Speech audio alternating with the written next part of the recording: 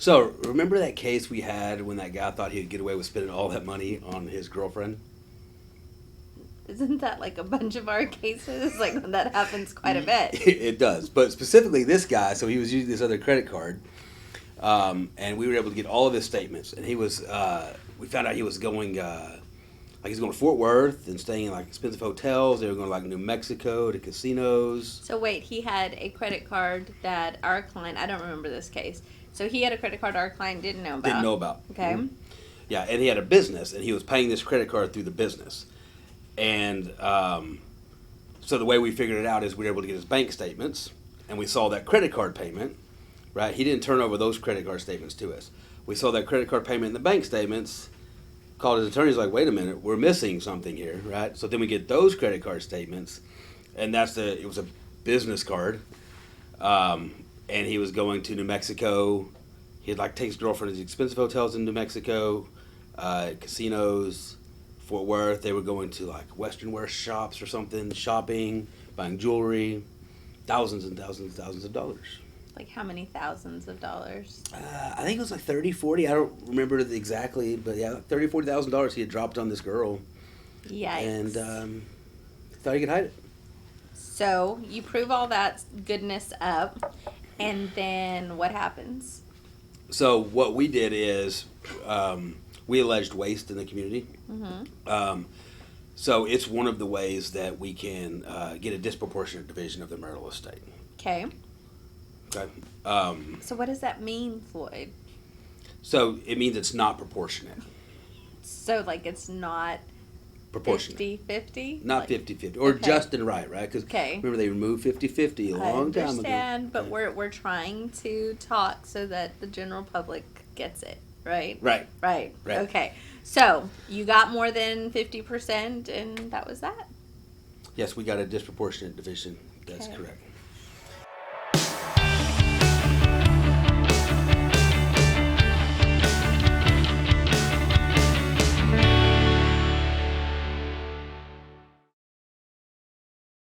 Welcome to the consultation. My name is Josh Floyd, here with Christina Jimenez. We're both licensed attorneys here in the state of Texas. We're both attorneys at the Jimenez Law Firm. And if you can't tell, today we're going to talk to you about the disproportionate share of marital estate, top 5 things, top 5 reasons why you can get a disproportionate share awarded. And property, really dry, boring, but we're pretty entertaining, so hopefully we can make this somewhat watchable. Okay. So, yeah, I mean, anytime we start discussing property, it gets super technical, super quickly, and so we're going to do our best to probably use, I guess, incorrect legal terms that we likely would not use if we were presenting this case in a courtroom, because obviously we're held to different standards, but I want to make sure that we try to simplify it as much as we possibly can, because it's really technical and it's really dry. And so we're going to talk about first, what does a judge normally do in a divorce if we don't have any of this craziness? So the legal term, just and right division, right? Generally speaking, a 50-50 division. Now that doesn't necessarily mean, hey, we're going to sell everything and split it 50-50, right? Which is what a lot of people do, what a lot of people think happens. But kind of a short synopsis of the way you do it is we list out everything, we list out all the values, debts, and we start putting things in people's columns, right? Or the judge does, rather. Right. So typically in a divorce case, we do what we call an inventory and appraisement, right? Like Floyd said, it's a list of everything we own, everything we owe, and then how much each asset is worth and how much we owe for each liability. That gives us a magic number. And then, so let's just say, hypothetically speaking, it's $1 million. Normally when the courts are looking at this, they're going to figure out how do we divide all the assets and liabilities to get $500,000 to wife and $500,000 to husband, right? That's normally, right? But in a lot of our cases, what we see is that we have a spouse, like your opposing party in that other case, that's probably not doing everything that they should be doing, and that there needs to be some penance for.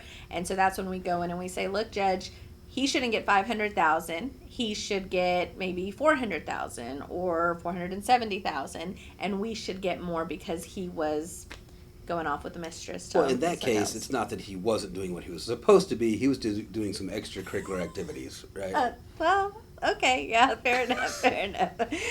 Okay, so first thing that we're going to talk about, the first factor is the need for future support. And so when we're talking about this, we're kind of jumbling in a whole bunch of different factors that the court is going to consider. So Hold on. So the factors when they're considering what? If they should award a disproportionate share, right? So we're talking about just and right, but today we're going to talk about the disproportionate share and what they look at, right? Right. Okay. Right. So future support, need for future support. What does that mean? The need for future support. Okay, so divorce is granted, and after the divorce is granted, is that spouse going to need support moving forward, right? Because this is different than spousal support, though, right? Different from spousal support. Can you give some examples? Well, yes, that's where we're going with this. So, great idea. So, one of the factors that the court can consider is disparity in age, right? So, I guess we've had that a few times where, the wives are a little bit older. The cougars, yeah. They show their heads every now and again. And so we have, had those issues. So age is a factor that the court can consider. So obviously, if you are older than your spouse, then you may hit retirement a little bit earlier. You may not be able to work as long, which means that you should get a little bit more from the estate to be able to help you in the future. Right. You may have one person that can still work and make $100,000 a year, right? But because you're getting divorced now, this other person can't work anymore and they're not going to have any money. Right. And so the courts kind of want to make things right, and the way to make it right is by disproportionately dividing the property. Right. So next is education. Education and training. Okay. Right, so look at the education and training. Again, it's the earning ability of the spouses, basically, right? I mean, I know they're broken down differently in the code. Right. As two separate ways to do it, but that's kind of what we're looking at when we're talking about needs for future support, right? And so the education and training, that's what we're talking about. So have they been to school? Do they have education, a master's degree, doctor's degree, that kind of thing? Generally, when we're looking at this, it comes a lot when you have like a stay-at-home mom, right? Where she's been a stay-at-home mom for 20 years, right? And dad's been climbing the ladder, right? CEO of big company, maybe Google, who knows, right?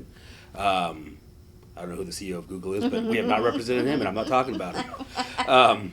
But he's had the opportunity to climb the ladder while wife was at home taking care of the kids. And so when they divorce, he's going to continue making $250,000 a year. She's going to be working at Dollar General making $8 an hour. I've never worked at Dollar General. I don't know what they pay. Just guessing here. And so to make that right, she will get more of the property so that she can basically live the same way that he is, or in the same manner that she was able to while they were married. So I had a case, and we actually ended up settling at mediation, but when this lady hired us, she was actually a very educated lady.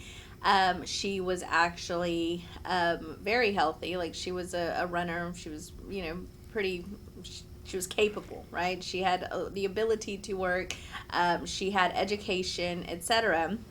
But that exact scenario, she had been a stay-at-home mom, I think at that point, for like 13 years.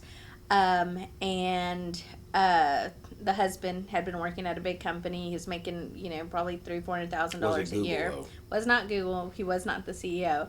And so when we, filed our original petition for divorce, we requested a disproportionate share based on these factors. We also based it on another factor. We requested post-divorce spousal maintenance and obviously temporary spousal support. And I honestly didn't think for the life of me that the other side was going to agree to a disproportionate share and the post-divorce spousal maintenance. Because had I been the husband's attorney, I would not have agreed to that at all. But Even if it was the right thing to do. I mean, if the husband wanted to do it, I would have supported his decision, but I would have discouraged him from doing it.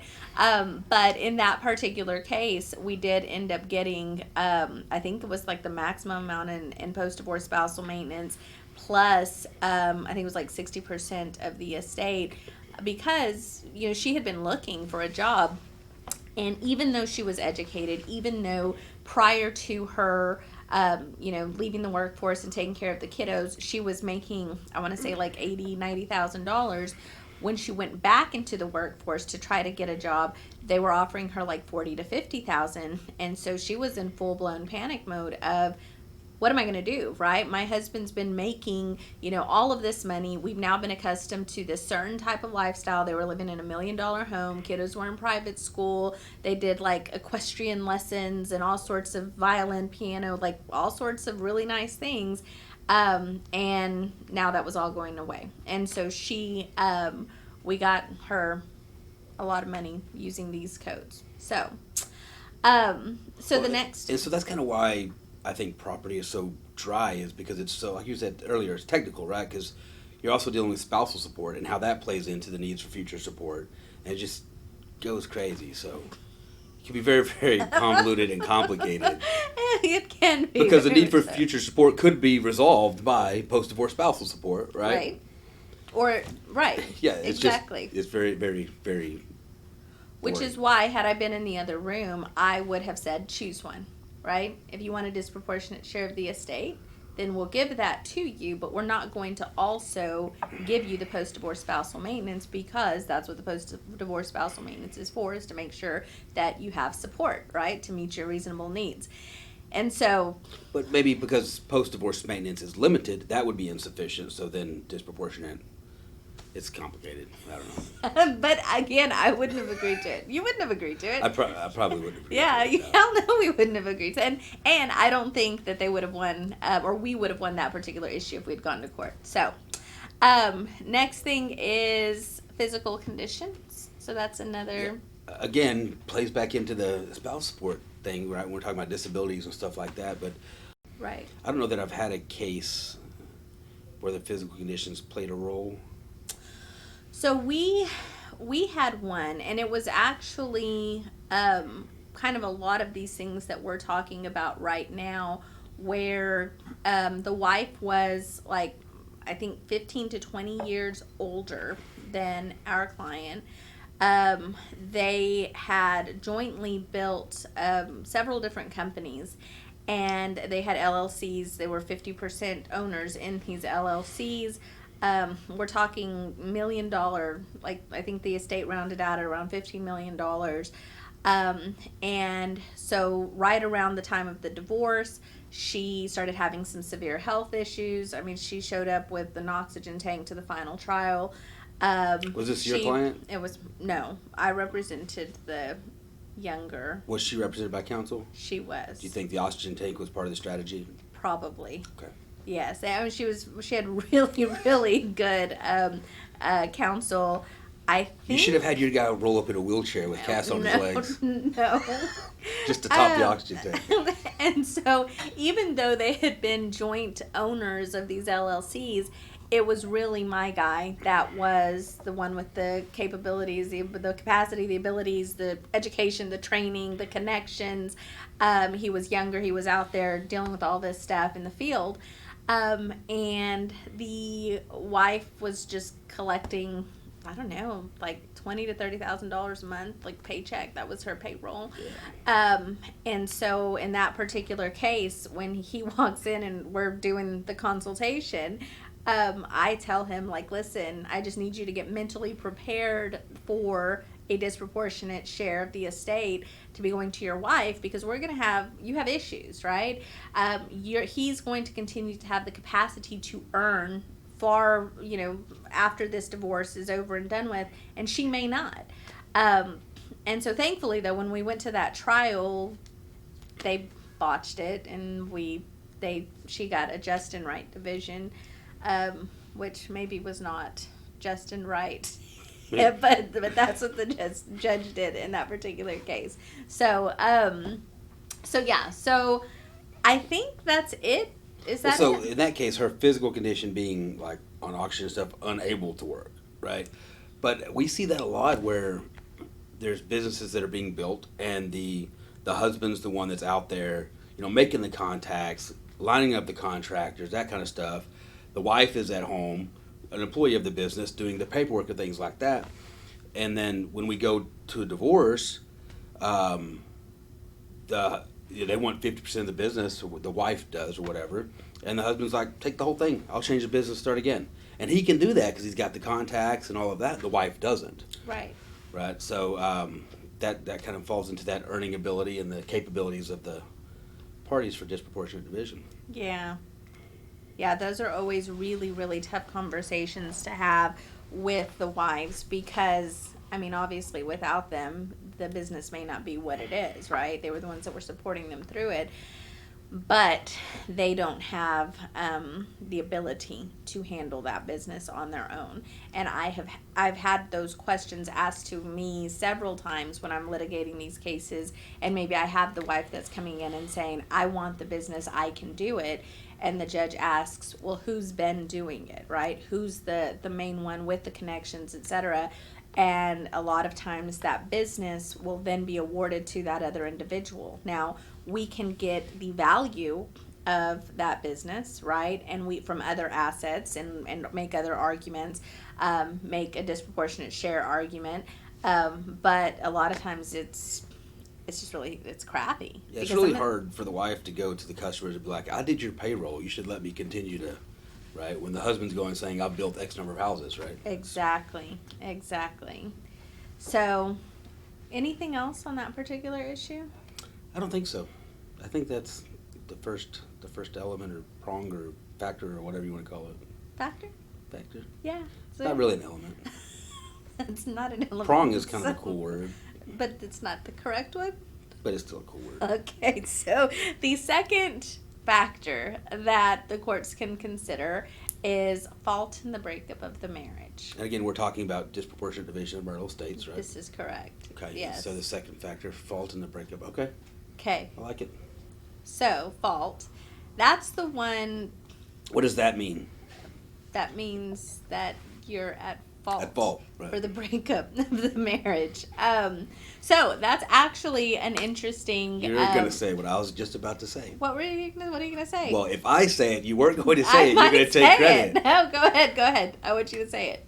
Okay. So I was going to say that some states don't have no-fault divorces. Oh no. That's not what you're gonna say? That. No. Okay, so this is something that comes up a lot in consultations because some states don't have no-fault divorces. So in Texas, we have a no-fault divorce, right? And so if there's fault in the breakup of the marriage, that's a factor that can be used for disproportionate division.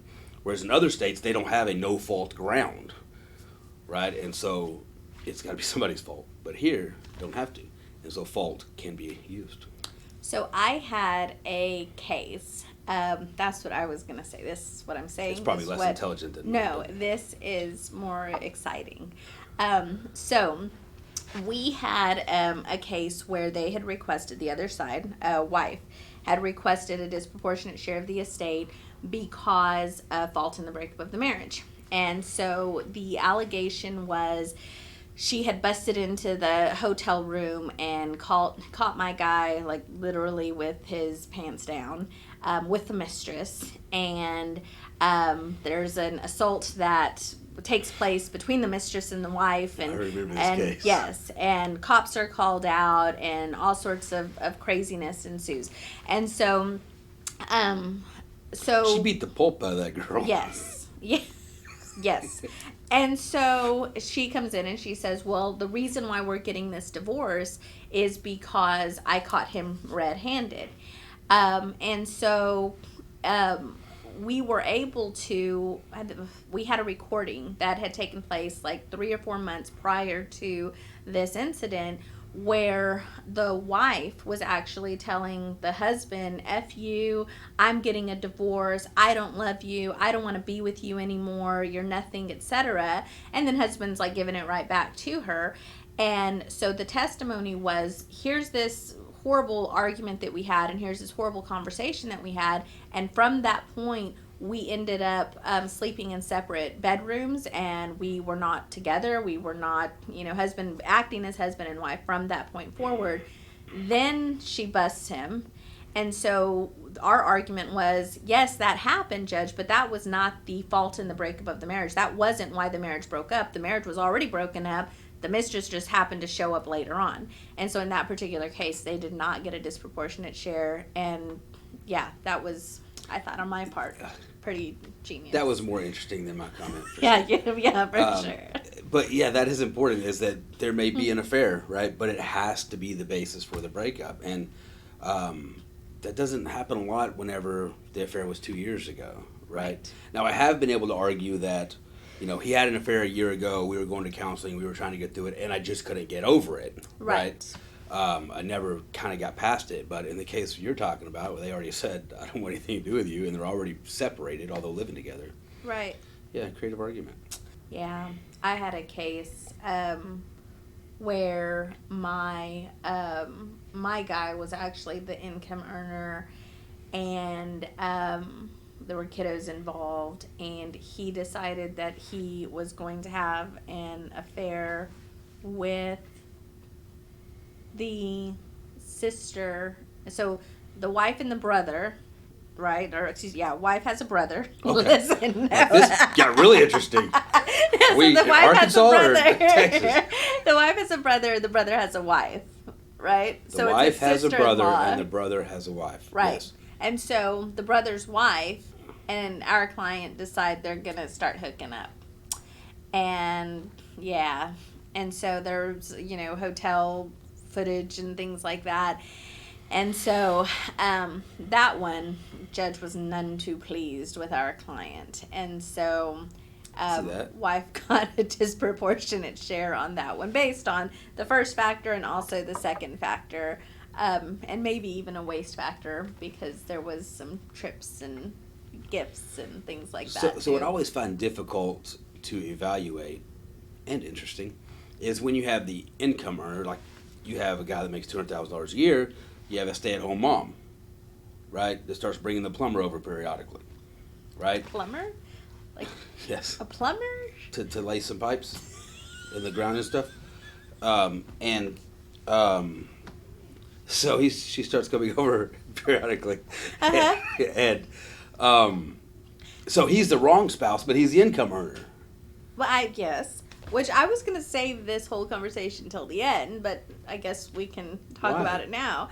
Well, because we're talking about fault and breakup of marriage. That's I where this comes know, in. but what I was going to say is, at the end, was that you can, I think you can offset the arguments, right? So, husband can request a disproportionate share of the estate based on the fault in the breakup of the marriage, right? Wife can request a disproportionate share based on the earning capacity, etc., right? And then the judge could say, well, ma'am, you screwed it up, and husband, you have all these abilities, so I'm going to end up just doing a just and right division because y'all both technically have grounds, but they offset one another. I think the courts can do that. Yeah. Yeah. So, it just seems unfair to the guy that didn't do anything wrong to have to give up all this extra property to her. I don't make the laws. Just arguing. It's for sure wrong. It's and how many times have we had that come up where, it's maybe the husband's the primary income earner, like you said, wife is stay-at-home mom or whatever, and the wife has the affair, and then the husband is losing primary custody of his children, and he's having to pay child support, and he's having to pay spousal support, and he's like, she's the one who screwed this thing up, and now I'm losing. So, and now I'm losing time with my kids, and I'm losing money, and I'm losing maybe more of my property. It's not necessarily fair, and in those particular cases, I strongly encourage these men to fight for primary custody, and to fight for the home, and to fight for a disproportionate share of the estate, because wrong is wrong, and there should be some sort of punishment. That's such a harsh word, but... Oh, that's what it is. Yeah. But, so, no, for sure. It's not fair, but it is something that the courts are going to do. So, In addition to adultery, we've talked a lot about adultery, right? They could also be fault based on cruelty, right? Family violence. Unfortunately, we get too many of those cases. yeah. So basically, you have one spouse. Generally, it's the man, but I have seen females be the assailant, right? And it's kind of hard for a lot of courts to swallow, but I think they're starting to come around. Like, they don't take it as seriously when the man is the victim. But I think they're starting to come around now. It's just, Dude, in the past 5 years, I have had more and more men that come up that hire us, and it's like some of the things that these women are putting them through, and their mental state. It's pretty interesting. So we had that case where the husband was a victim of family violence, but also there was a lot of emotional and mental abuse that had been taking place. I don't know if you remember the case, but at one point, 5 years earlier, the wife had, I think, cut off one of his fingers. Like, she had a knife and she's wielding the knife, and he goes like this, and she cuts off one of his fingers, but like a lot of family violence victims do, he goes back to her, right? There was another incident where she tries to run over him with a car. There's another incident where she busts his driver's seat of the window, tries to pull him out of the car, and literally the guy behind them, he was on a road, calls the police and records it. But a lot of that stuff had taken place 3 or 4 years prior to the actual divorce.